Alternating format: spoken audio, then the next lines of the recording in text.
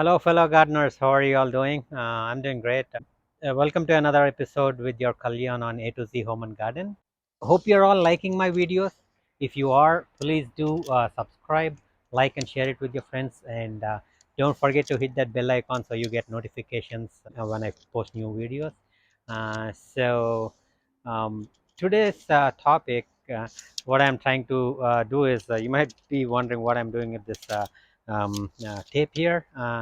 So I know many of you want to grow, I mean, gods or any creepers, right? And but the main problem that you might be having is how to set up a trellis.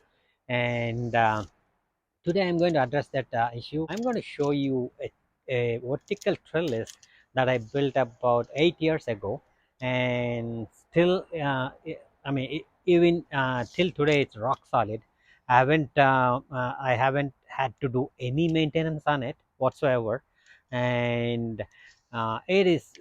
You can literally place it anywhere in your garden, and it won't take any space. So without further delay, let's go ahead and see how I did it and how cost effective it is. I mean, having said it's 8 years old, so let's go and see how I did it. So here is the vertical trellis that I'm talking about.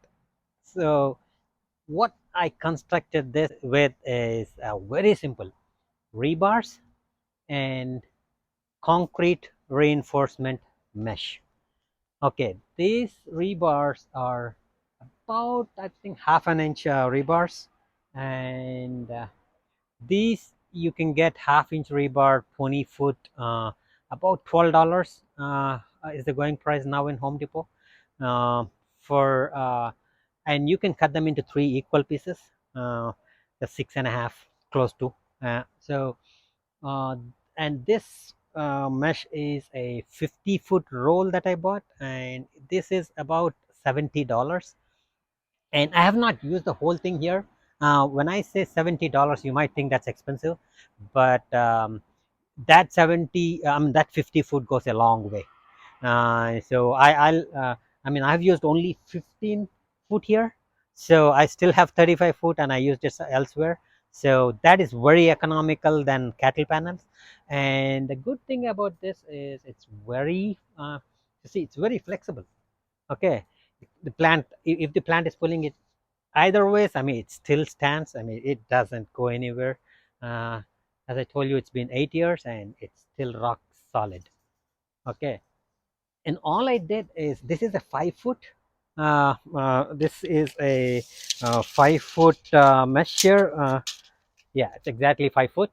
Okay, and um, these are about 4 inch spacings, and these come in different, it's better you look for this broad spacings if you want to grow gourds. But right now what I'm growing here is beans. These are the Indian broad beans, and in this whole trellis I grow two broad beans from here. And look how much space I'm using for growing them. This is all the space I need, and this will be this is the trellis, and it's going to climb on this. Yeah, I'm going to train it to climb on this. This is one plant, and on the other side, and that's exactly midway, and on the other side I have another one that's growing right here. And see how economically I've used the space. And this these rebars, you can literally put them anywhere in your garden.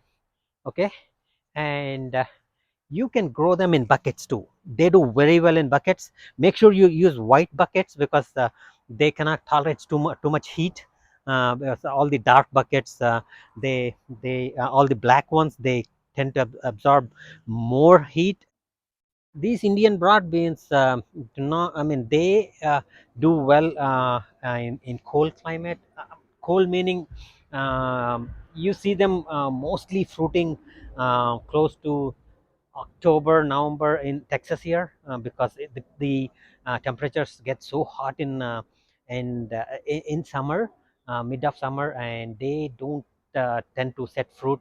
All the flowers drop off, and only in when it gets below below, I would say, 90 degrees or 80 degrees. That's when they start flowering and fruiting. So this trellis right here will solve a lot of problems for you. You can just place it anywhere in your garden, even in your lawn. I mean, it doesn't take up much space. If you look at it, I mean, you just put one, two, three rods and this mesh, and how much space is going to take? I mean, you can put it right in the middle of your, and after the season you can just take it off, and it's not going to affect your lawn condition in any way. All that is going to be affected in your lawn, if you're thinking, is the place where you place these buckets.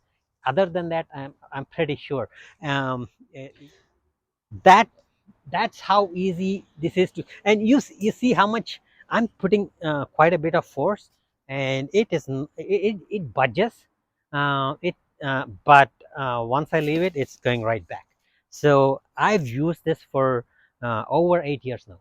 And if you think it's going to affect my the shrubs, the no, it is not. Look at how healthy the shrubs are, because these I mean, once they start growing, I mean, it takes a while to for them to creep, uh, and by the time by the end of the season, I mean, they cover the entire trellis here.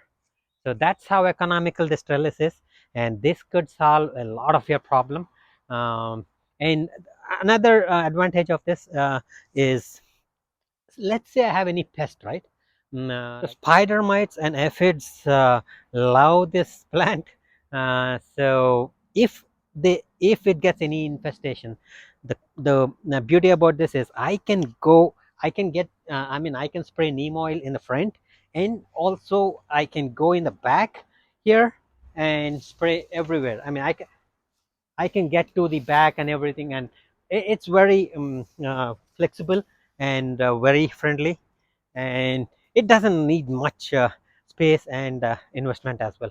And all I did to tie this mesh to the rods is I used this wire here, and this is a galvanized wire that I bought. It's very cheap, and this is the cheapest trellis I ever built. So, and it's everlasting. I purposefully placed this facing east because I wanted to avoid the blasting sun from afternoon.